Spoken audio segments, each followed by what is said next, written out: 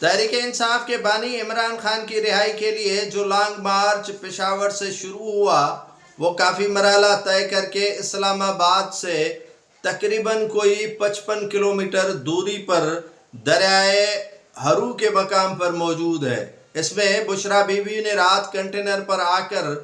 اپنے کارکنان کو ہاتھ ہلا کر عمران خان کا پیغام پڑھ کر سنایا، اور وہیں سے علی امین گنڈا پور نے کنٹینر سے اتر کر نماز پڑھنے کا بہانہ کیا تو کارکنان نے اسے گھیر لیا۔ پی ٹی آئی اور نون لیگ کے رہنماؤں میں لفظہ گولہ باری شروع ہو چکی ہے۔ پی ٹی آئی کا کہنا ہے کہ حکومت کو جتنا بے بسی اور جتنا جو ہے وہ طاقت کا استعمال کرنا ہے وہ کرے، لیکن ہر جگہ پر حکومت کو پسپائی اور بے بسی نظر آئے گی۔ اس میں پیپلز پارٹی کود پڑی ہے۔ شازیہ عطا مری کہتی ہے کہ قومی مجرم کو چھڑانے کے لیے دھاوا بولا جا رہا ہے اسلام آباد پر۔ ناصر شاہ بولے کہ پی ٹی آئی چاہتی ہے این آر او، اور طلال چودھری کہتے ہیں کہ 500 افراد سے انقلاب نہیں آتا۔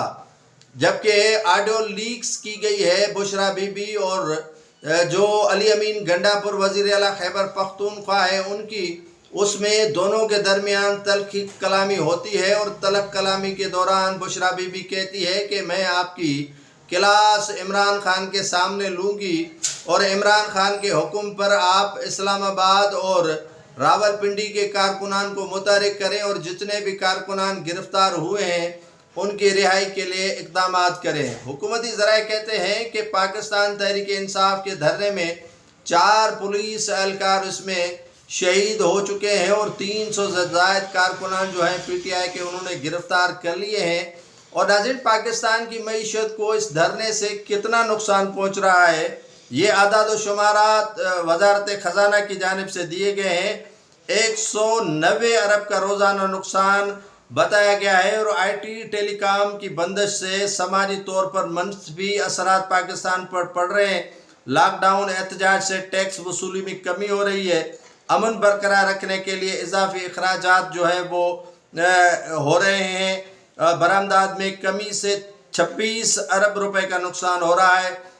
جی ڈی پی جو ہے وہ 144 ارب کا نقصان ہو رہا ہے۔ صوبوں کو نقصان اس کا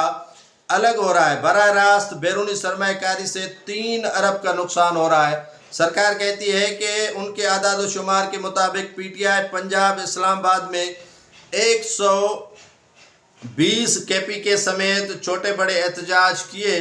4 سیکورٹی اہلکار شہید ہوئے ہیں۔ احتجاج سے نمٹنے کے لیے تقریباً کوئی 2 ارب 70 کروڑ اب تک خرچ ہو چکا ہے۔ موٹر وے اور اس کے علاوہ بس اسٹینڈ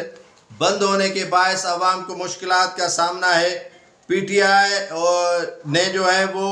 حکومتی تمام جو تجاویز ہیں وہ یکسر مسترد کر دیے ہیں،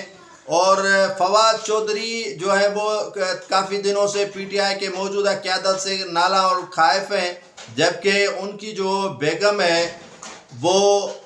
پی ٹی آئی کے دھرنوں اور احتجاجوں میں شریک اور شامل ہے۔ جیسے کہتے ہیں کہ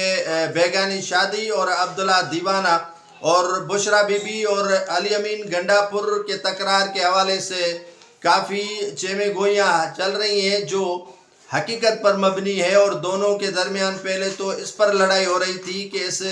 جلوس کی قیادت کون کرے گا۔ علی امین گنڈا پور کا کہنا تھا کہ وہ جلوس کی قیادت خود کریں گے، بشرا بی بی کہہ رہی تھی کہ جلوس کی قیادت وہ خود کریں گے۔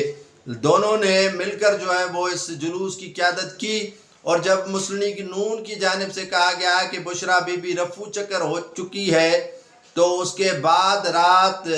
دیر سے بشرا بی بی کنٹینر پر آئیں، اور جس دوران انہوں نے کارکنان کی اتنی بڑی تعداد تو موجود وہاں پر نہیں تھی، لیکن جتنے بھی کارکنان اس جلوس میں موجود تھے ان کو جو ہے وہ ہاتھ ہلا کر کچھ کہا، اور یہ کہا کہ آپ آگے چلنا ہے۔ اور اب دیکھنا یہ ہے کہ فیض آباد کے قریب جو ہے وہ حکومت کی جانب سے رینجرز کو تعینات کر دیا گیا ہے، اور جلوس کو آگے نہیں گھسنے دینا ہے اسلام آباد ڈی چوک پر۔ اب دیکھنا یہ ہے کہ پی ٹی آئی کا جو دھرنا ہے، لانگ مارچ ہے بانی پی ٹی آئی کی رہائی کے لیے، وہ کتنا مؤثر ثابت ہوتا ہے، یا ناکامیاں ان کے جو ہے وہ گلے پڑ جاتی ہیں۔